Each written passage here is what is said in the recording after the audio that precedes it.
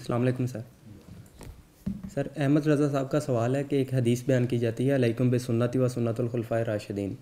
یہاں پر خلفاء راشدین کی کون سی سنت پہ عمل کرنے کا کہا جا رہا ہے؟ اور سنت کا جو مطلب ہمارے یہاں عام طور پہ ایک معروف ہے کہ دینی معاملات میں ہم یہ لفظ استعمال کرتے ہیں، کیا اس کے علاوہ عربی زبان میں سنت کا لفظ دنیاوی معاملات میں بھی کسی چیز کے لیے استعمال ہوتا ہے؟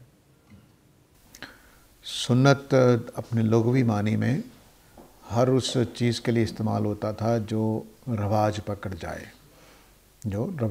جائے، سب لوگ اس سے واقف ہوں. تو مثلاً جو کچے راستے جو ہوتے ہیں نا، ان میں پگڈنڈی بن جاتی ہے، سارے لوگ اس پر چلتے ہیں، وہ بھی سنت ہوتی ہے. تو وہ راستہ جو بالکل نمایاں ہو جائے یا رواج بن جائے، اس کو سنت کہتے ہیں. اب نبی کریم صلی اللہ علیہ وسلم کے سنت کے لفظ جب بولا گیا تو وہ بھی اسی معنی میں کہ پوری امت اس سے واقف ہے. وہ روشن رخشاں رستہ ہے، اس میں کوئی چیز مخفی نہیں ہوتی، سب نظر آ رہا ہوتا ہے کہ یہ چلنے کا راستہ ہے. اب رہ گیا سوال کا پہلا حصہ، سنتی اور سنت خلفائے راشدین. یہ واو جو ہے، یہ عطف جو ہوتا ہے زبانوں کے اندر، وہ کئی معنی رکھتا ہے. مثال کے طور پر میں آپ سے کہوں کہ ایمان لاؤ اور اللہ کو مانو، یا ایمان لاؤ اور آخرت کو مانو، تو اب میں نے کیا کیا؟ ایمان ایک پوری جامع چیز ہے جس میں اللہ پر کو ایمان بھی ہے، کتابوں پر بھی ہے، رسولوں پر بھی ہے، آخرت پر بھی ہے. لیکن میں نے کہا ایمان لاؤ اور اللہ کو بھی مانو، ایمان لاؤ اور آخرت کو بھی مانو، تو میں نے ایک بڑا لفظ بول کر اس کا ایک پہلو نمایاں کر دیا. کیوں؟ کیونکہ میں دیکھ رہا تھا کہ آپ کے اندر باقی تو ایمان ہے لیکن آخرت پر یقین نہیں ہے. تو یہ میں نے جملہ بولا. تو اب میں نے کیا کیا؟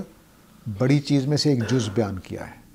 تو واو ایک بڑی چیز، اس کو کہتے ہیں عطف الخاص علی العام. عام کا مطلب ہے بڑی چیز، جس میں بہت ساری چیزیں تھیں، اس پر ایک خاص چیز کو عطف کر دیا ہے. تو اس کا مطلب یہ نہیں ہوتا کہ کوئی الگ چیز ہے، بلکہ ان ایمان کے اندر سے 5 چیزوں میں سے ایک اہم چیز کو میں نے الگ سے بیان کر دیا ہے. اسی طرح واو جو ہے وہ الگ الگ کرنے کے لیے بھی آتا ہے. بھائی دودھ بھی لانا اور پتی بھی. تب ہم نے کیا کہا؟ 2 چیزیں منگوانے کو میں نے کہا ہے کہ دودھ بھی لائیے گا اور پتی بھی. اور اس میں نے الگ الگ کیا. ایک واو ہوتا ہے جمع کرنے کے لیے، کہ دونوں چیزیں اکٹھی ایک چیز کو بیان کرنے کے لیے ہیں. ٹھیک ہے؟ اللہ کی کتابوں کو مانو، قرآن کو مانو، انجیل کو مانو اور تورات کو مانو. اب میں کیا کر رہا ہوں؟ اکٹھی چیزیں کر رہا ہوں. تو اس حدیث میں کہ میری سنت اور خلفائے راشدین کی سنت اکٹھ کا نام ہے. مطلب کیا ہے؟ کہ صحابہ کو جو کچھ میں نے سکھایا ہے، اس کو دوسری حدیث کی روشنی میں آپ سمجھ سکتے ہیں تاکہ بات آسان ہو جائے. یہ زبان کا پہلو ہو سکتا ہے کہ مشکل پیدا کرے آپ کے لیے. نبی کریم صلی اللہ علیہ وسلم نے فرمایا کہ میری امت میں 73 فرقے ہوں گے یا 72 ہوں گے، اور سارے ہی دوزخ میں جائیں گے، اور ایک فرقہ ناجی ہوگا، نجات پانے والا ہوگا. اور وہ کون ہے؟ ما انا علیہ و اصحابی، جس پر میں اور میرے صحابہ ہیں. تو یہ 2 چیزیں الگ الگ نہیں ہیں. جس پر میں ہوں اسی پر میرے صحابہ ہیں. جو سنت میری ہے وہی خلفائے راشدہ کی سنت ہے. یہ ہے اس حدیث کا مطلب. تو میں اور آپ کس پر عمل کر رہے ہیں؟ نبی کریم صلی اللہ علیہ وسلم، صحابہ اور 14 صدیوں میں امت میں جو سنت چلی آ رہی ہے اس پہ عمل کر رہے ہیں. تو آج اگر یہ بات بیان کی جائے تو جو میری سنت پر ہوگا اور سنت امت محمدی پر ہوگا. سمجھ گئے؟ تو سنت امت محمدی کیا ہے؟ جس پر پوری امت بالاتفاق مانے ہوئے ہے. اور سنت امت محمدی میں قرآن اس کو کہتے ہیں. ہم قرآن کو اللہ کی کتاب بھی سنت محمدی کے تحت مانتے ہیں. یہ واضح رہنا چاہیے. لوگ جو بعض مکاتب فکر اب ہمارے ہاں پیدا ہوئے ہیں، وہ سمجھتے ہیں قرآن تو اللہ کی کتاب ہے، سنت اللہ کا کوئی تعلق نہیں ہے. یہ غلط فہمی کا شکار ہے. جس امت نے یہ قرآن دیا ہے، اس کی گواہی سے اگر یہ قرآن بن سکتا ہے تو اسی کی گواہی سے سنت دین بنتی ہے. یہ واضح رہنا چاہیے. تو اگر امت کی گواہی قرآن کے بارے میں صحیح ہے تو سنت کے بارے میں غلط کیسے ہو سکتی ہے؟ اور اگر سنت کے بارے میں غلط ہے تو قرآن کے بارے میں صحیح کیسے ہو سکتی ہے؟ یہ سمجھ کے چلنا چاہیے. تو میرے اور آپ کے لیے یہ براہ راست نہ قرآن نازل ہوا ہے نہ براہ راست سنت آئی ہے. ہم 14 صدیوں کی امت کی گواہی پر مانتے ہیں کہ یہ اللہ کی کتاب ہے. اس پر امت کے کسی شخص نے آج تک اختلاف نہیں کیا. ایسا ہی سنت کے سنت ہونے پر آج تک امت کے کسی شخص نے اختلاف نہیں کیا. تو یہ ہے سنت محمدی. تو میں اور آپ امت محمدی کی سنت پر چل رہے ہیں. رائے عدنان صاحب کا سوال ہے کہ میں گھر میں نماز ادا کرتا ہوں تو کیا اللہ کی پکڑ سے بچ جاؤں گا یا مسجد میں جانا ضروری ہے؟ اللہ کرے جی اللہ تعالیٰ کی پکڑ سے سارے بچیں، آپ کی نمازیں قبول کرے. دیکھیے جو ہمارے مسجد کو آباد رکھنا سنت کے اندر شامل ہے. تو مسجد کو ویران نہیں ہونا چاہیے آپ کے محلے کی. اگر آپ کی مسجد ویران ہے اور آپ گھر میں نماز پڑھ رہے ہیں تو یہ اچھی بات نہیں ہے. لیکن نماز با جماعت کا میرے خیال میں پورا اصول سمجھ لینا چاہیے. جب ریاست کوئی انتظام بناتی ہے تو اصل حکم یہ ہے کہ ریاست کے ساتھ نماز پڑھی جائے،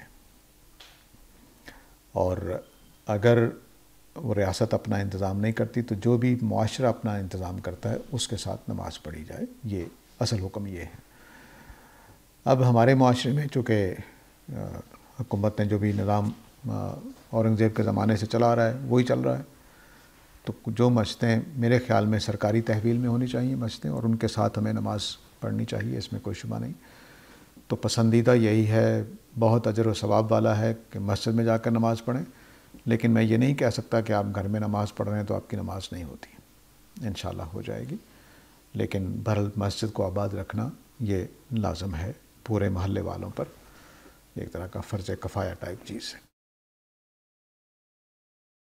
کیا بغیر سمجھے قرآن پڑھنے سے ثواب ملتا ہے؟ اس میں اختلاف ہے. پرانے سارے لوگ ایک حدیث کی وجہ سے یہ مانتے ہیں کہ سمجھے بغیر بھی اس کا ثواب ہوتا ہے، لیکن اس میں لفظ تلاوت سے غلط فہمی ہوتی ہے. تلاوت عربی زبان میں ایسے ہی جیسے ہم پڑھنا بولتے ہیں کہ مثلا میری والدہ کہہ رہی جاؤ جا کے پڑھو، میں سمجھے بغیر پڑھوں گا تو امتحان کیسے دوں گا؟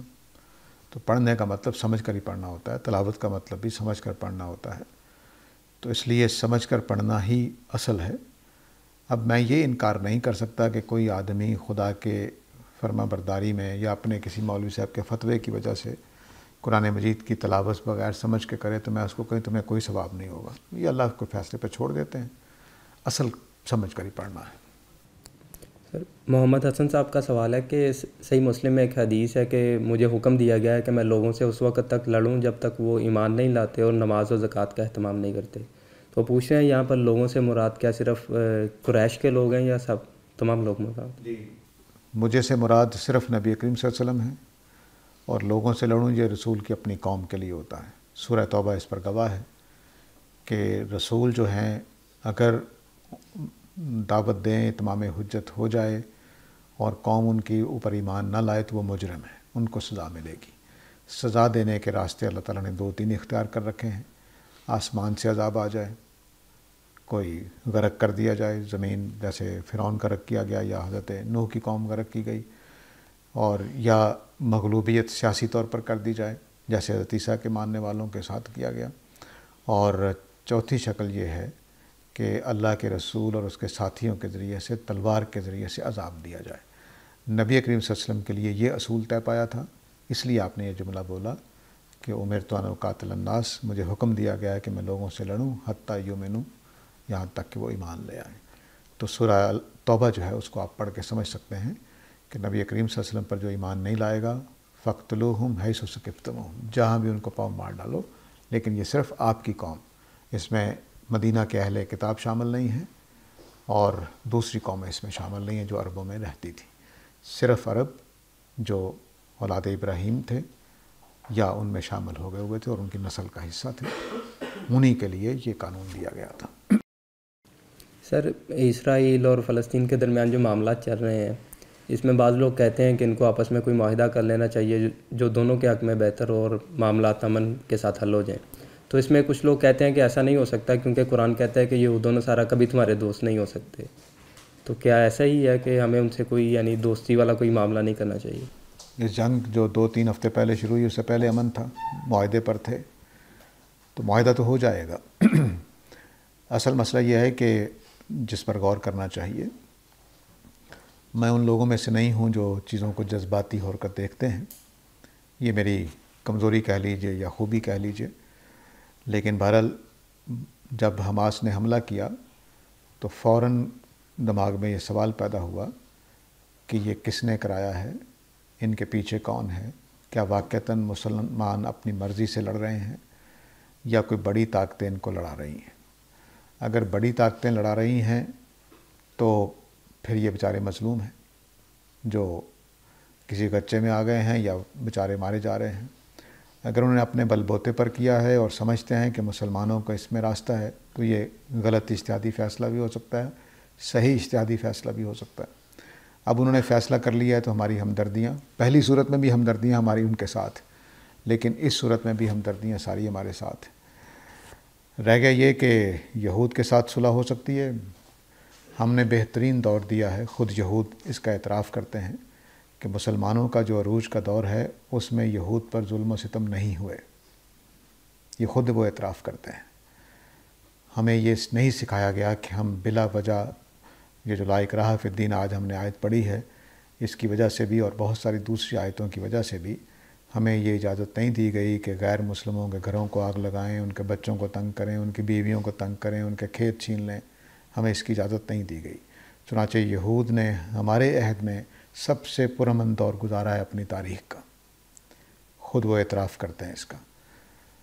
اب ہمیں آج بھی ویسا ہی ہونا ہے، تو اس کے لیے جو کرنے کا کام ہے وہ یہ نہیں ہے کہ ہم اس وقت لڑیں، وہ یہ ہے کہ ہمیں دوبارہ وہ عروج حاصل کرنا ہے تاکہ ہم دنیا کو امن دے سکیں، تاکہ ہم دنیا کو آشتی فراہم کر سکیں۔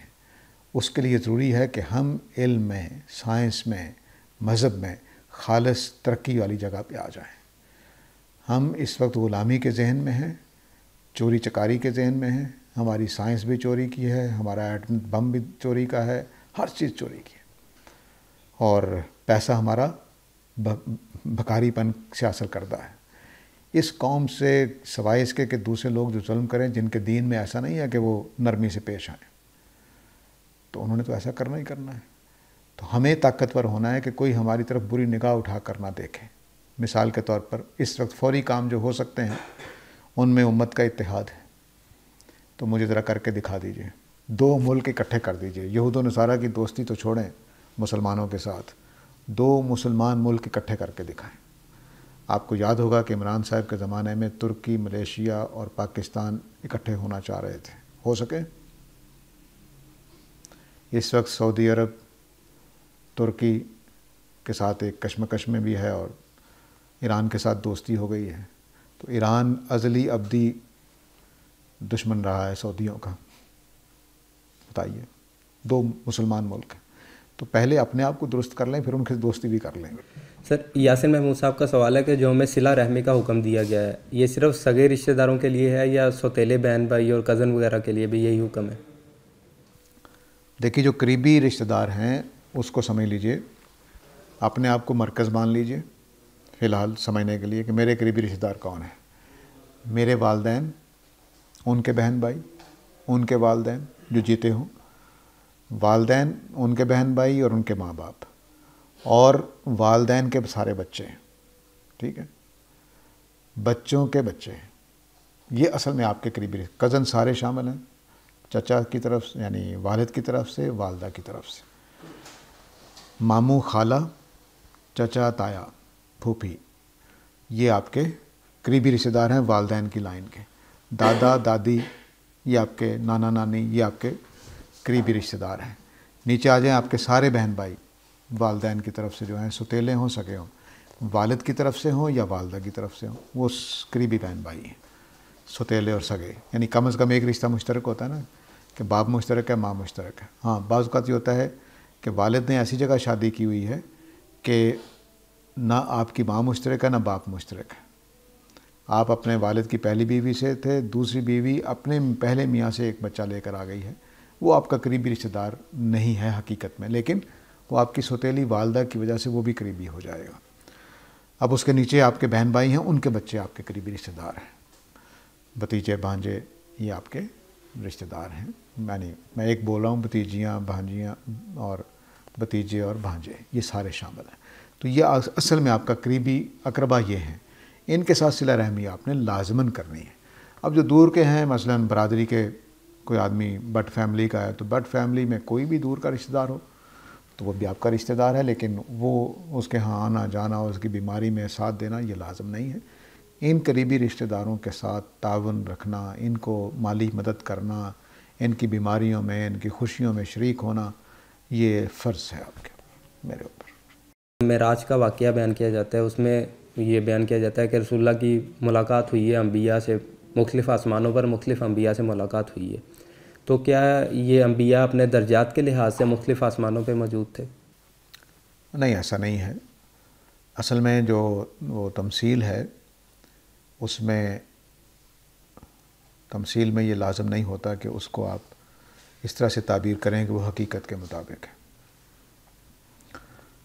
تمثیل تمثیل ہوتی ہے، اس کو تمثیل ہی رہنے دینا چاہیے۔ تو خواب جو ہوتے ہیں، رویا جو ہوتے ہیں، وہ تمثیلی ہوتے ہیں، وہ حقیقتوں کے مطابق نہیں ہوتے، ایک خاص بات سمجھانے کے لیے ہوتے ہیں۔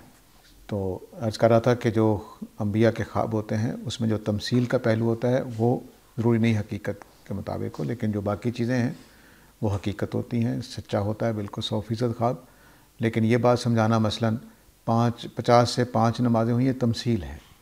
اس کا مطلب یہ نہیں ہے کہ نعوذ باللہ بعض لوگوں نے اسے یہ مطلب نکالا ہے کہ نبی کریم صلی اللہ علیہ وسلم اتنا ہی سادہ تھے کہ ان کو سمجھ نہیں آ رہی تھی کہ 50 نمازیں امت نہیں پڑھ سکیں گی 24 گھنٹے میں، ہر آدھے گھنٹے کے بعد نماز، یہ مطلب نہیں ہے۔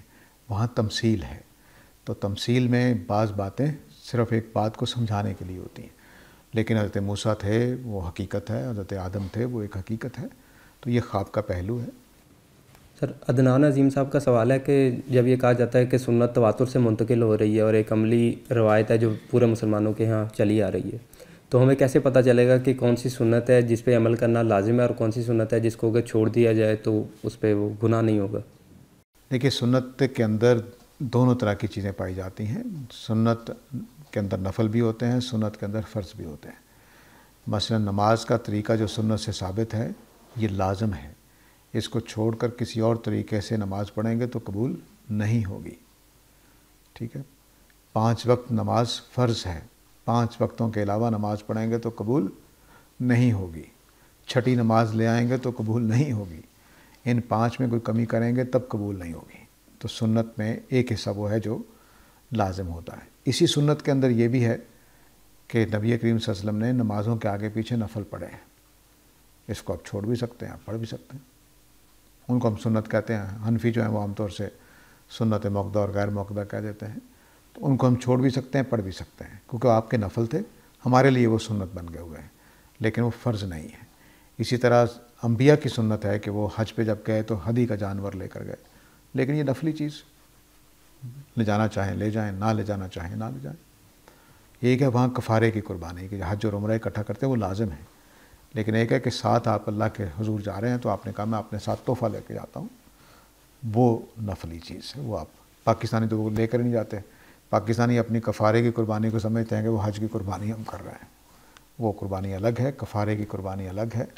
حج اور عمرہ جب بھی اکٹھا کریں گے تو کفارہ لازم آئے گا، جس کو دم کہتے ہیں۔ تو اب یہ سنت دونوں طرح کی ہیں، اور یہ امت ہی کے اسی گواہی سے، جس گواہی سے قرآن ثابت ہوتا ہے، اسی گواہی سے یہ ثابت ہوتا ہے کہ کون سی سنتیں نفل ہیں، کون سی چیزیں سنتیں لازم ہیں۔ سر، عرفان سید صاحب کا سوال ہے کہ آپ نے ایک لیکچر میں بیان کیا تھا کہ صحابہ کے دور میں حدیث لکھنے کا کوئی اہتمام نہیں کیا گیا، اس کی وجوہات بیان کر دیں۔ پہلی وجہ تو یہی ہے کہ نبی کریم صلی اللہ علیہ وسلم کے بارے میں روایات میں آتا ہے کہ ایک دن آپ نکلے تو صحابہ کچھ کاغذات پر لکھ کر پڑھ رہے تھے، تو آپ نے پوچھا کہ یہ کیا ہے؟ تو صحابہ نے کہا جو کچھ ہم آپ سے سنتے ہیں وہ لکھ لیتے ہیں۔ تو آپ نے فرمایا کہ کچھ سناؤ مجھے بھی۔ تو جب انہوں نے سنایا تو آپ نے کہا کہ سب کچھ اکٹھا کرو، اور اکٹھا کر کے اس کو جلا دیا گیا۔ دوسری وجہ آپ نے یہ بتائی کہ میرے زمانے میں جب قرآن لکھا جا رہا ہے تو کوئی اور چیز نہ لکھی جائے تاکہ قرآن میں شامل نہ ہو جائے، تو یہ دوسری احتیاط کی گئی۔ اسی طرح صحابہ کا یہ شعور واضح تھا کہ قرآن مجید اور سنت ایک الگ چیز ہے اور احادیث ایک الگ چیز ہے، تو اور نبی کریم صلی اللہ علیہ وسلم نے ان کو احادیث اکٹھا کرنے کا حکم نہیں دیا، ان کے پوچھنے پر اجازت تو دی ہے، خود حکم نہیں دیا۔ یعنی سنت عمل میں محفوظ کر دی گئی تھی، قرآن لکھ کر محفوظ کیا جا رہا تھا، حافظے میں بھی محفوظ کیا جا رہا تھا، لیکن حدیثوں کے لیے آپ نے خود کبھی کوئی حکم نہیں دیا. صحابہ نے اجازت مانگی تو آپ نے اجازت دی ہے. تو اس وجہ سے سارے صحابہ اس کو لازم نہیں سمجھتے تھے. اگر آپ حکم دے دیتے کہ جو کچھ میں کہتا ہوں اس کو لکھو، تو پھر سارے صحابہ لگ جاتے جتنے لکھنا جانتے تھے، پھر قرآن ہی کی طرح کا اہتمام ہوتا. لیکن چونکہ خود نبی کریم صلی اللہ علیہ وسلم سے ایک حکم بھی ثابت نہیں ہے کہ آپ نے صحابہ سے کہا ہو کہ جو میں کہتا ہوں وہ لکھو، نہیں، اس لیے صحابہ نے نہیں لکھا. تو بعد کے کچھ صحابہ نے لکھا بھی، اس میں ابوبکر بھی شامل ہیں کہ ان کا بھی ایک چھوٹا سا صحیفہ تھا، اور بھی بہت سارے صحابہ ہیں. لیکن آپ نے جو کہ حکم نہیں دیا تھا اس لیے سب نے نہیں لکھا. اور نہ یہ اہتمام کیا گیا جو قرآن کے بارے میں تھا کہ پڑھ پڑھ کے سنا کر غلطیاں ٹھیک کر لی جائیں، درست کر لیا جائے، یہ بھی اہتمام نہیں کیا گیا. سر نماز جس طرح پوری امت میں ایک طریقے سے چلی آ رہی ہے، اس میں یہ بھی شامل ہے کہ پوری امت عربی زبان میں نماز پڑھتی ہے، جبکہ غامدی صاحب کہتے ہیں کہ اپنی مادری زبان میں بھی نماز پڑھی جا سکتی ہے. تو کیا یہ سنت کے خلاف نہیں ہے ان کا یہ موقف؟ ہاں جی، اس لیے امت نے ان کی بات نہیں مانی. امت جو ہے وہ کبھی بھی ایسی چیز کو نہیں مانتی جو اس کے طرز عمل کے خلاف. میں اس لیے چھوٹی سی ایک مثال دیا کرتا ہوں کہ اپنے مولوی صاحب سے کہیں آج جا کر کہ عشاء کی نماز ابھی ہونی ہے، کہ آپ نے سمع اللہ لمن حمدہ کی جگہ اللہ اکبر کہنا ہے. دیکھیے نمازی کیا کرتے ہیں مولوی صاحب کے ساتھ. امت اس تواتر میں تبدیلی برداشت نہیں کرتی. یہ ہمارے گھٹیا ترین دور میں یہ صورتحال ہے. تو اس لیے نہ امام ابو حنیفہ کی بات چلی. کئی چیزیں تو دنیا میں کئی چیزیں لاجیکل ہوتی ہیں لیکن وہ چلتی نہیں ہیں. ہر لاجیکل بات درست بھی نہیں ہوتی. یہ بھی ہمارے ہاں بڑا فریب پیدا کر دیا گیا ہے. آپ ماشاءاللہ اچھی باتوں کو توجہ دلاتے ہیں. یہ ہمارے ہاں بڑا فریب پیدا کر دیا گیا ہے کہ لاجیکلی درست ہونا حق ہوتا ہے. نہیں، وہ صرف میرے آپ کے لیے لاجیکل ہوتا ہے. مثلا ہمارے لیے زکوٰۃ کتنی لاجیکل ہے، کسی کے لیے یہ کیا بات ہوئی. سر ہدایت کے معاملے میں ایک بات تھوڑی واضح کر دیں کہ جیسے بالجبر نہیں کہا جا رہا اس آیت میں کہ خدا نہیں دیتا، بالجبر دین پر نہیں رکھتا. لیکن اگر حق بات پہنچانی ہو صاف صاف واضح تو اس کے لیے تو زیادہ عرصے کی ضرورت نہیں تھی جتنا 23 سال کا عرصہ لگا. تو اس میں جنگیں بھی ہوئی ہیں. ایک تاثر تو ملتا ہے کہ جیسے وہ بالجبر ہی کیا جا رہا تھا سارا کچھ. اس پر اپنی رائے پلیز بتائیں. جی بالکل صحیح ہے. اصل میں جب اس وقت میں اور آپ باتیں کر رہے تھے تو اس میں بھی ایک جبر محسوس کر سکتا ہے کوئی آدمی کہ میں اپنی بات پہ زور لگا رہا ہوں، اپنی بات پہ زور لگا رہے ہیں. تو بات سمجھانے کے لیے تو زور لگانا پڑتا ہے، وہ کوئی جبر نہیں ہوتا. لیکن یہ اپنی جگہ آزاد ہے، میں اپنی جگہ آزاد ہوں کہ میں ان کی بات مان لوں یا نہ مانوں. یہ میری بات مانے یا نہ مانے، پوری طرح آزاد ہیں. لیکن ایک ہی ہوتا ہے کہ ہم زبردستی پکڑ پکڑ کے مار مار کے اردو بنا کے کہیں کہ اب ایمان لاؤ. جیسے ہمارے ماں باپ بچپن میں نماز پڑھاتے تھے، چلو مار پیٹ کے نماز کے لیے لے گئے یا کچھ کر دیا. وہ چیز اللہ تعالیٰ کہہ رہے ہیں کہ میں وہ نہیں کرتا. لیکن اللہ تعالیٰ کا لا اکراہ فی الدین دوسرے معنی کا ہے. وہ معنی یہ ہے کہ میں زبردستی دلوں میں ہدایت نہیں اتارتا. اللہ کا لا اکراہ فی الدین یہ معنی ہے. جیسے پیچھے فرمایا نا، آیت نمبر 253 ہے، وَلَوْ شَاءَ اللَّهُ مَا اقْتَتَلُوا. اگر اللہ تعالیٰ چاہتا تو یہ آپس میں اختلاف کر کے لڑتے ہی نہیں. تو نہ لڑتے کیا مطلب؟ میں دلوں میں اختلاف رہنے نہ دیتا، ان کے اندر جذبات ہی ختم کر دیتا، نہ لڑتے. تو اللہ اکراہ فی الدین اللہ کے لیے جب آتا ہے تو اس کا مطلب ہے کہ میں نے دلوں میں بھی زبردستی نہیں ڈالنی، یہ مطلب ہے. اور ہم جب زبردستی کرتے ہیں تو ہم تو دلوں میں تو نہیں ڈال سکتے، تو ہم ڈنڈے سے پھر منواتے ہیں. جیسے ہمارے ملک میں بہت ساری چیزیں ڈنڈے سے منوائی جاتی ہیں. تو انسانوں کا معاملہ ڈنڈے کے ساتھ ہے.